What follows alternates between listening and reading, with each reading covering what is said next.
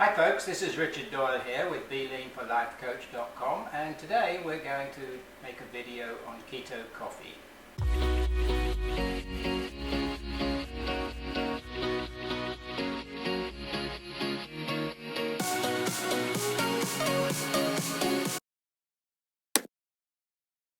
So then, let's get started making some keto coffee.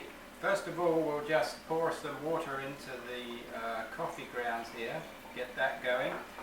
I just use regular coffee, nothing special, just fine ground, and just make my coffee that way.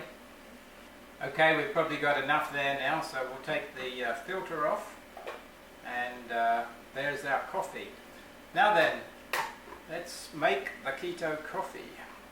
There's quite a lot of ingredients, as you can see here. We've got ghee, which of course is clarified butter. We have turmeric, we have cocoa powder, chocolate if you will. Then we have cinnamon.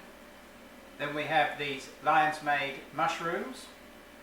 I've got some no salt. I use no salt as a source of potassium. Then I've got pink salt. I use Redmond's pink salt. And then we've got MCT oil, which of course is an endogenous ketone. So those are the products we're going to put into the coffee. So first of all, let's put in some no salt. Okay, and then we'll follow that up with a little bit of red salt. I usually do 6 or 7 spins there. It's interesting, when I make this coffee, sometimes I forget to put the salt in. And it really makes a difference. I have to go back and add it afterwards because I really do like to have the salt in my coffee. Okay, now let's add the other ingredients. This turmeric, I'm just going to put a little dash in here, nothing too much. And then we'll add the other dried products. We've got some cocoa here, chocolate, again just a small amount. We'll add some cinnamon, pretty much the same amount of all of these, just a dash really, just to give it some taste. Then we'll add the mushroom here, the lion's mane mushroom. It's supposed to be good for your brain, so we'll add some of that in there.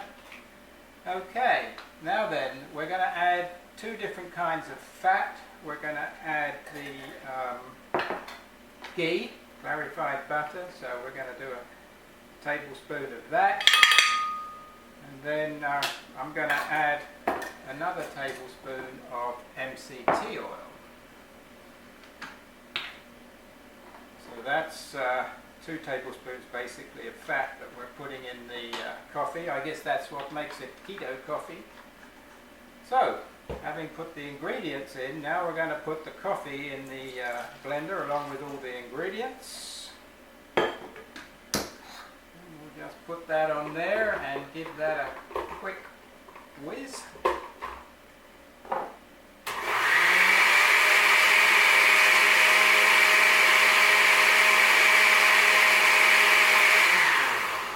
There we are. I think you can see there that has really frothed up. There's no milk or anything in there, but it gives the look certainly of having some milk in there, but it's just a nice frothy mixture. You see it's a little bit yellow. That'll be the turmeric doing that, and so we'll just pour that in there, and there we are. We have a cup of keto coffee ready to go.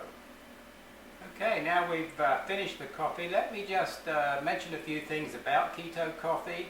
Why do we drink keto coffee? Well, from my personal experience, I used keto coffee initially to help me transition into fat burning.